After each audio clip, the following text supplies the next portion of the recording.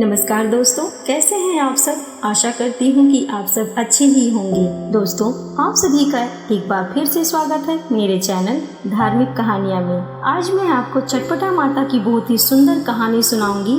तो चलिए कहानी सुनिए और आनंद लीजिए। एक समय की बात है, चटपटा माता, अवसान माता और संकटा माता तीनों माता एक उपवन में बैठी थी और बातें कर रही थी कि हम तीनों में बड़ी कौन है। अवसान माता कहने लगी मैं बड़ी हूँ। चट माता कहने लगी मैं बड़ी हूँ। तो संकटा माता ने कहा कि नहीं, मैं बड़ी हूँ। इस प्रकार बात विवाद में बदल गई। उसी समय वहाँ पर नारद मुनि कहीं से भ्रमण करते करते आ गए और कहने लगे तीनों माताओं के चरणों में मेरा प्रणाम स्वीकार हो। माताओं ने कहा सदैव खुश रहो, तुम्हारा कल्याण हो। नारद जी, बहुत अच्छा हुआ जो आप आ गए, हमारा एक निर्णय कर दीजिए। तो नारद जी ने कहा कैसा निर्णय माँ। तो चटपटा माता ने कहा हम तीनों में कौन बड़ी है यही निर्णय करना है। नारद जी बड़े असमंजस में पड़ गए और कहने लगे माँ, ये तो बड़ा ही दुविधापूर्ण प्रश्न है। आप तो जगत जननी हो माँ, भला मैं आपका निर्णय कैसे कर सकता हूँ। आप तीनों खुद ही निर्णय कर लीजिए। तो माताओं ने कहा नहीं,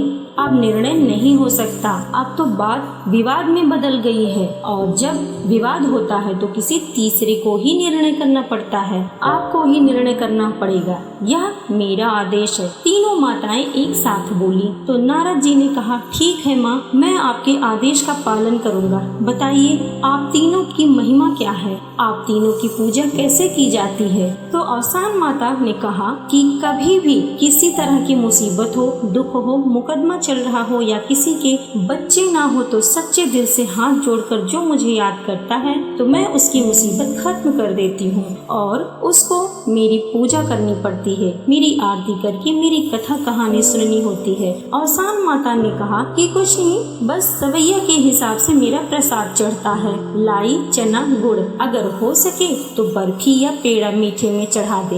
ये एकहरी दुर्दुरिया की पूजा है जिसमें 7 सुहागन स्त्रियां रहती हैं और अगर दोहरी दुर्दुरिया पूजा करनी है तो यही सब डबल हो जाता है और 14 सुहागनों के साथ में यह पूजा होती है, आरती होती है और कथा सुनना बहुत ही जरूरी होता है। तो नारद जी कहने लगे ठीक है माँ। संकटा माता से पूछा तो संकटा माता ने कहा हाँ, मेरी भी पूजा कुछ ऐसी ही होती है। हमारे में भी सवैया लगती है, 7 सुहागन होती हैं, एक कन्या होती है और एक विधवा होती है। हमारा चावल के आटे में खोया, देसी घी, शक्कर, गंगाजल, गाय का दूध, तुलसी का पत्ता, पंचमेवा मिला करके उसका लड्डू बनाया जाता है और बराबर बराबर सब में बांटा जाता है। और मेरी भी कथा कहानी सुनना बहुत जरूरी होता है। तो नारद जी ने कहा ठीक है माँ। अब नारद जी ने चटपटा माता से पूछा माँ आप बताइए आपकी पूजा कैसी होती है। तो चटपटा माता ने कहा किसी को कोई दुख परेशानी हो, कोई मनोकामना हो तो मुझे स्मरण करते, मेरा नाम लेते ही मैं उसके सारे दुख चट से दूर करके सभी मनोकामनाएं पूर्ण करती हूँ। मेरा तो ज्यादा कुछ नहीं, मुझे मेरा प्रसाद चट से चाहिए, किसी तरह से मेरा प्रसाद रोका नहीं जाना चाहिए। तो नारद जी कहने लगे माँ आपका प्रसाद क्या है। चट माता ने कहा ज्यादा कुछ नहीं, बस मैं तो खोया और शक्कर में ही राजी हूँ, कोई तोल नहीं है। थोड़ा या ज्यादा श्रद्धा अनुसार जितना प्रसाद चढ़ा सके मैं उसी में खुश हो जाती हूँ। हमारे में भी 7 सुहागन होती हैं और कथा हमारी भी सुनना बहुत जरूरी होती है। हमारी पूजा खड़े खड़े होती है और हमारे में कोई भी बर्फी पेड़ा नहीं चढ़ता है, सिर्फ दूध और शक्कर का घोल होता है और किसी भी बर्तन में हमारा प्रसाद नहीं खाया जाता है। हमारा प्रसाद